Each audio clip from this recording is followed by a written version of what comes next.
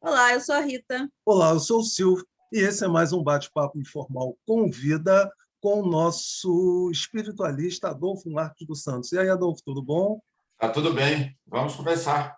Isso. Pessoal, esse nosso trabalho novo é um estudo sobre o Novo Testamento, né? O Adolfo é uma pessoa com vasto conhecimento a respeito do assunto.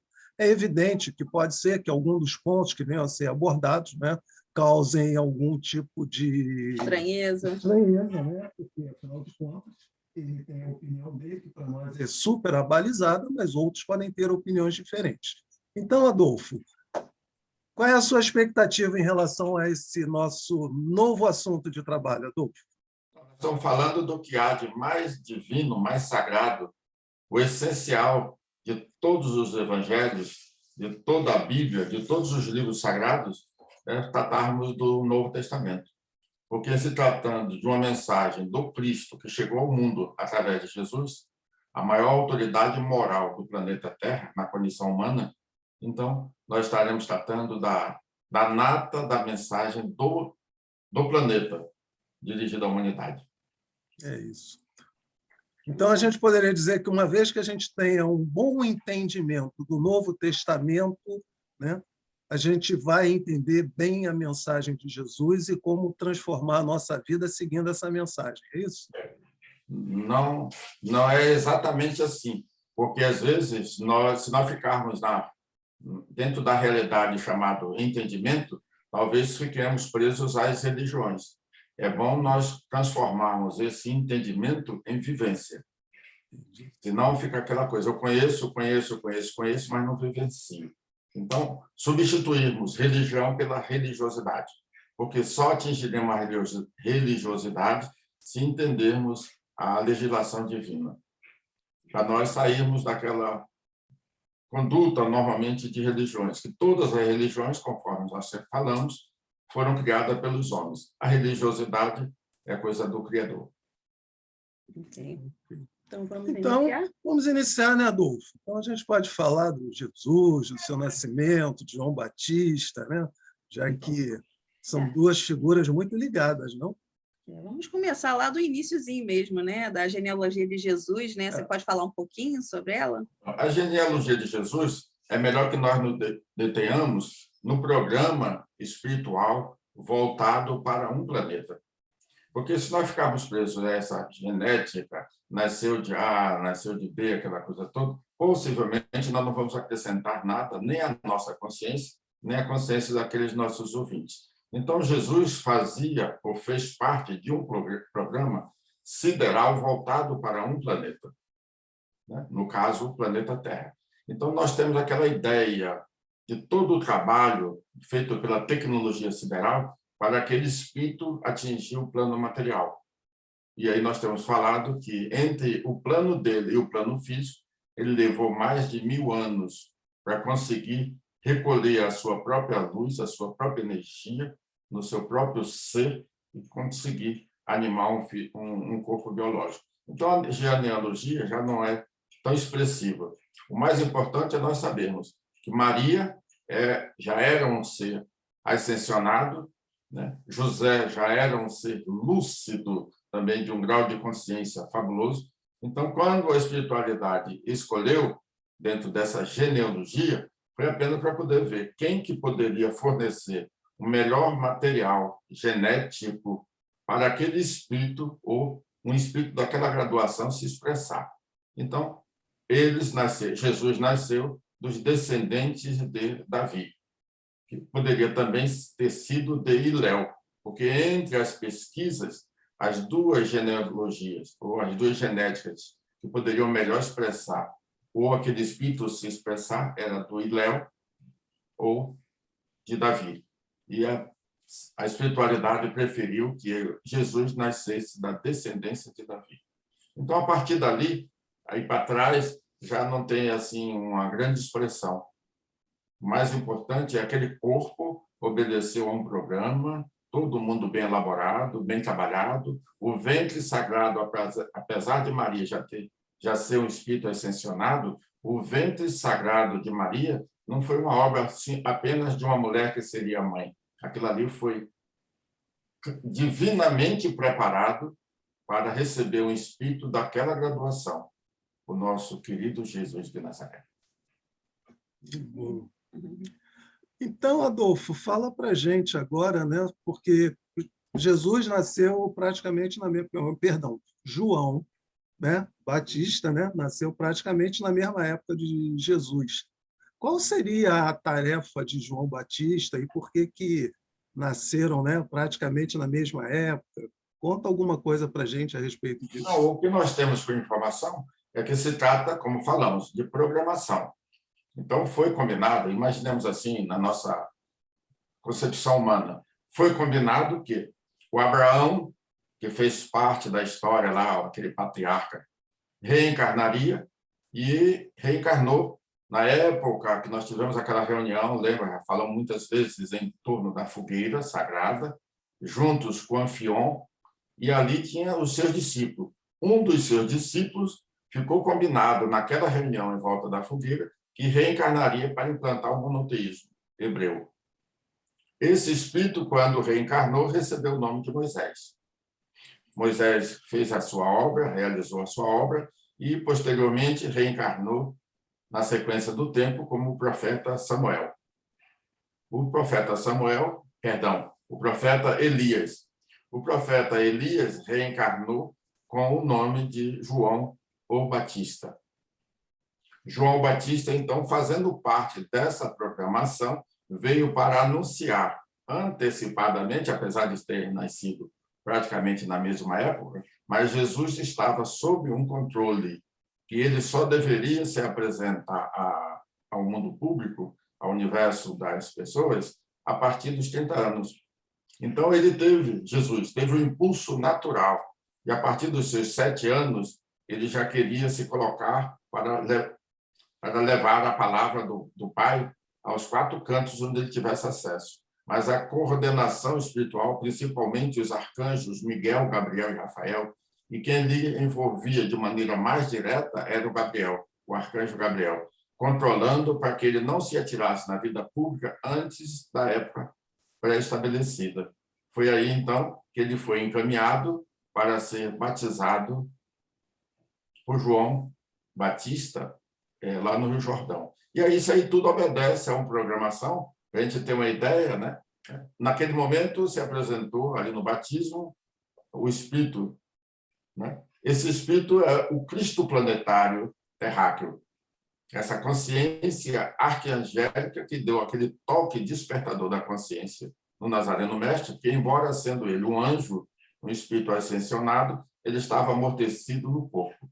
Então, a partir dali, aquele contato, ou aquela ligação Cristo Pai e o Cristo Filho ficou durante os seus 3 anos de vida pública. Por isso que ele pôde falar com toda clareza: eu e o Pai somos um, porque a partir do batismo os dois ficaram conectados. E é importante que essa mediunidade de Jesus era por ressonância. Ele não precisava invocar isso, fazer aquilo. Era por ressonância, ondas mentais similares. Então, a conexão dele ao Cristo planetário, por isso que ele estava, em qualquer lugar que ele estivesse, ele era o mesmo. Você sempre conta uma história da Isabel com a Maria. Fala um pouquinho das duas, quando elas estavam grávidas. Então, aquilo ali também, falando mais uma vez, né? O Zacarias era aquele que cuidava, zelava pelo templo, né? E ele já estava com a idade avançada, já estava bem madurinho.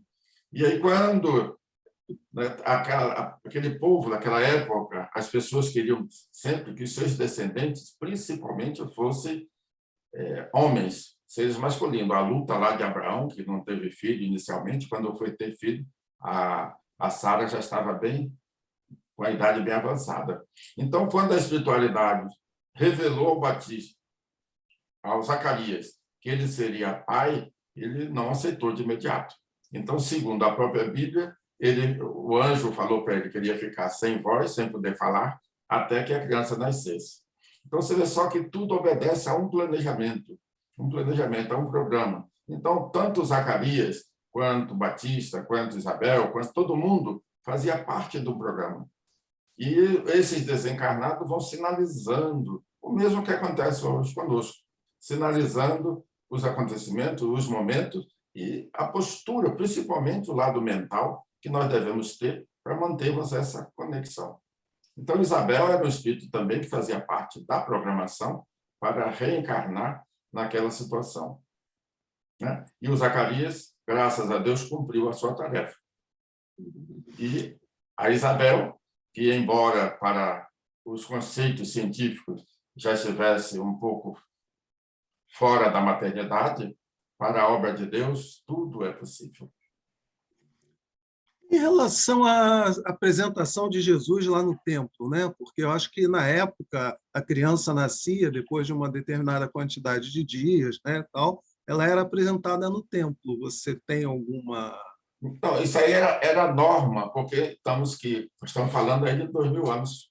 Era norma apresentar, porque hoje nós temos aí os censos, né? Olha, nasceu o registro no cartório aqui, nós temos uma noção do número de pessoas que desencarnam e que reencarnam. Então, era norma. Mas o mais importante naquela apresentação do templo foi o acontecimento com Simeão. Simeão já era uma pessoa de idade avançada e tinha as revelações feitas pelos profetas, ele tinha aquele alimento interno que era prometido, um grande momento para a salvação de Israel. E ele se alimentava daquela esperança. Mas a idade foi avançando, avançando, a gente deduz ele pensando, eu já estou velho, vou morrer e não vou ver o Salvador.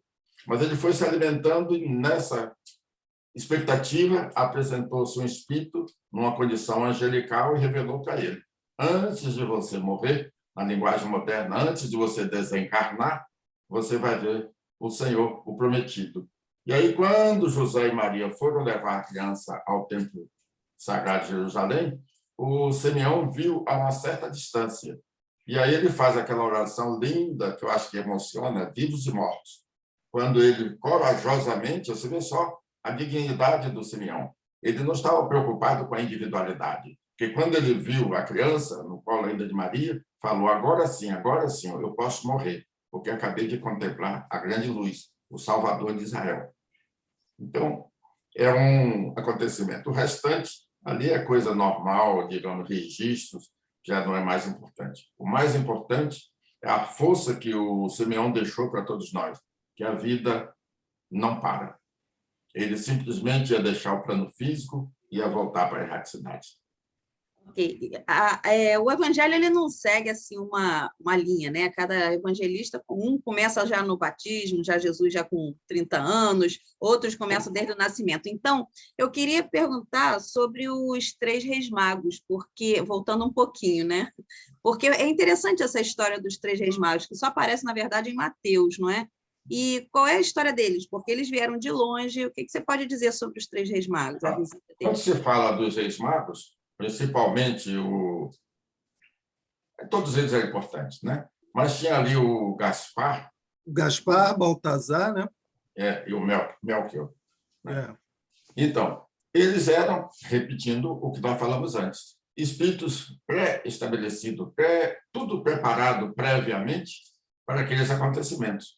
Imaginemos se os reis magos não tivessem tido aquela oportunidade para desfazer, né, a trajetória que estava programado, já que quando eles foram anunciaram para Herodes que estava indo à busca da grande estrela revelada pelos astros, então todos eles fizeram e fazem parte da programação.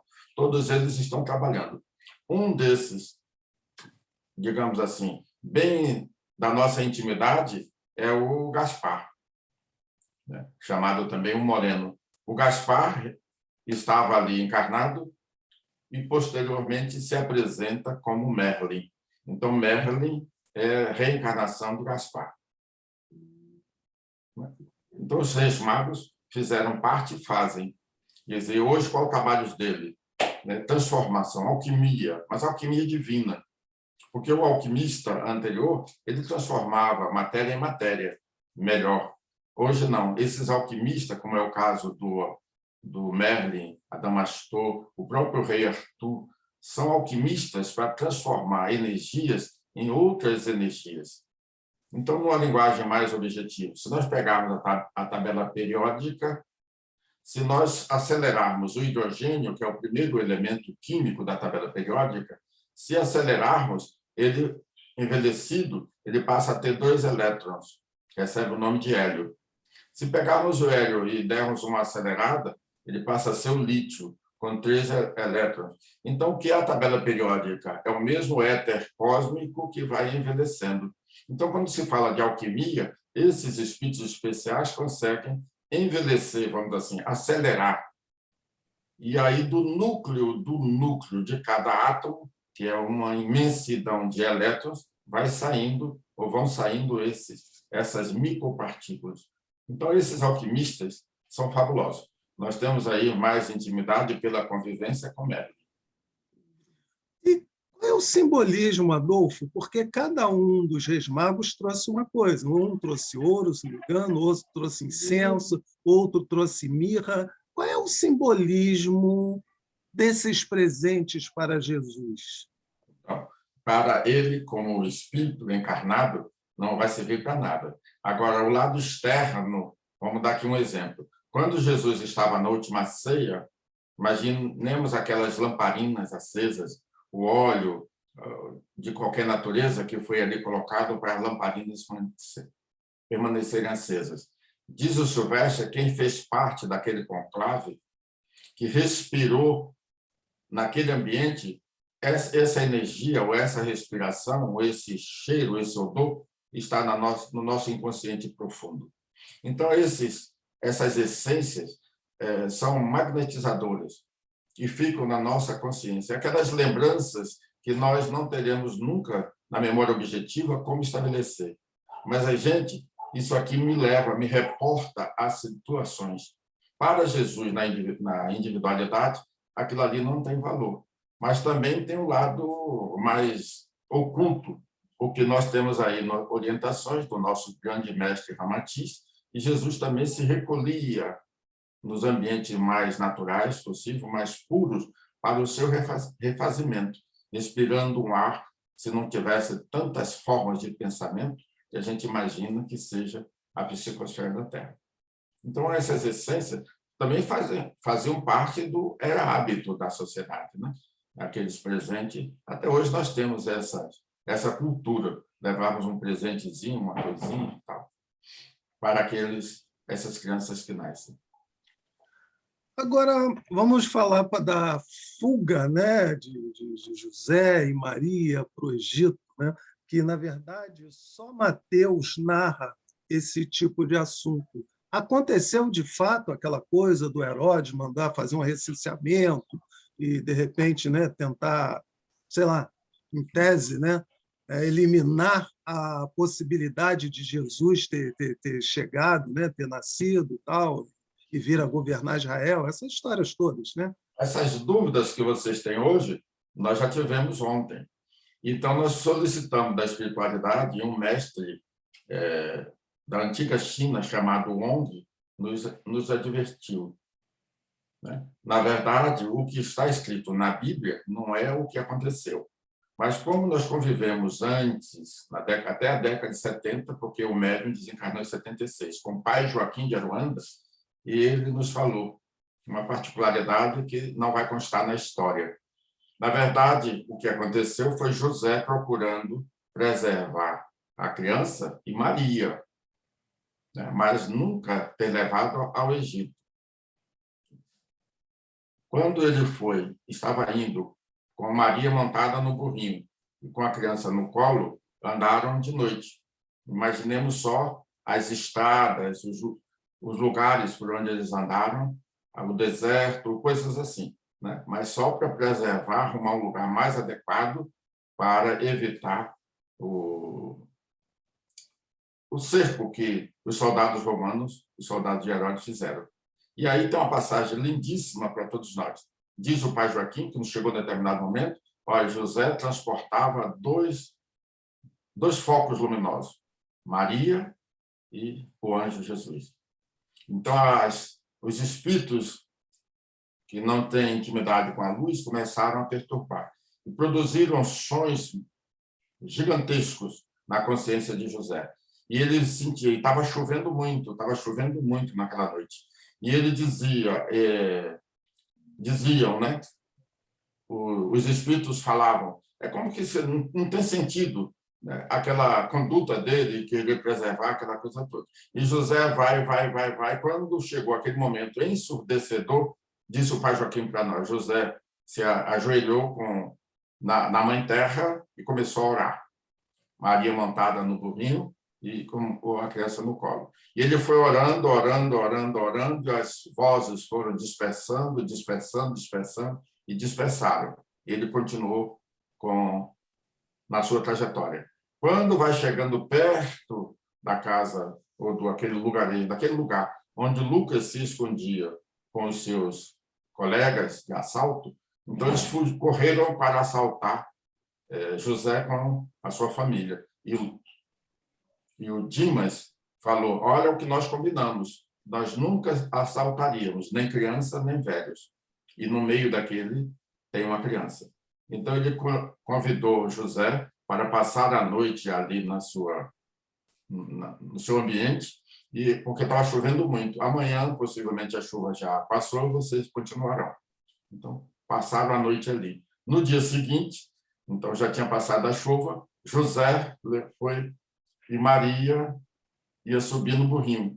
José ia ajudar. Ela entrega Dimas e Dimas segura a criança no colo, enquanto José colocava Maria no burrinho. E ali aquela criança de pouco tempo de nascida, o Dimas ouve aquela voz, morrerás comigo na cruz. Isso, tempo depois, por mais um pouco de 30 anos, Dimas desencarnou na cruz com Jesus. Então, a partir dali, a vida de Dimas, só Deus sabe como é que ficou aquela mente. Morrerás comigo na cruz. Ele ouviu a voz de uma criança. Ok. Imagina. Então, tá, Adolfo, eu acho que já está um bom tempo, né, do nosso vídeo, foi bastante esclarecedor esse início, né, e nós vamos ter boas reuniões para que você vá podendo esclarecer a todos nós, né, as passagens do Evangelho. Podemos lembrar também, né, que nós vamos começar domingo agora a leitura do Sublime Peregrino, domingo pela manhã, né, todo domingo. Então, é a história justamente de Jesus. E no Evangelho nós não temos, né, uma história completa, né, e o Sublime Peregrino ele traz bastante informação para a gente, né? Bastante, muito. Então, é domingo, 9 horas, né, aqui o horário de Orlando, e 10 horas, horário do Brasil. Brasil, isso. É isso. Tá bom. Estaremos juntos. Domingo, né? É domingo, isso. Domingo. Então, valeu. Pessoal, então esse foi mais um bate-papo informal com Vida, com Adolfo Marques dos Santos. Espero que vocês assistam o nosso vídeo, visitem o nosso canal, repassem, né, esse vídeo para os seus amigos e informem para eles que agora a gente está com uma nova série que eu acredito que vai ser bastante interessante para todos vocês. Então, um forte abraço para todos vocês. Quer falar alguma coisa? Não, eu quero só dizer para eu encher vocês de ciúme ao meu lado. Ah, que legal, é o livro novo do Adolfo. Amar a Suprema Ciência da Vida. Esse livro Por final, gente. Nós já ouvimos, né, alguns comentários a respeito, são todos bastante elogiosos. Então, pessoal, não esqueçam. Que editora é, Adolfo? Editora do Conhecimento. Quem quiser adquiri-lo é só acessar a Editora do Conhecimento, já está no site da editora, pode solicitar aí que vai chegar para qualquer parte do planeta. Então, valeu, gente. Muitíssimo obrigado. Não esqueçam, mais uma vez, de nos visitar, de dar o seu like. E um ótimo final de semana para todos vocês. Valeu, um super beijo. Tchau, Adolfo. Obrigada. Tchau. Até a próxima. Tchau, Silvio. Tchau. Tchau, pessoal. Beijo. Tchau.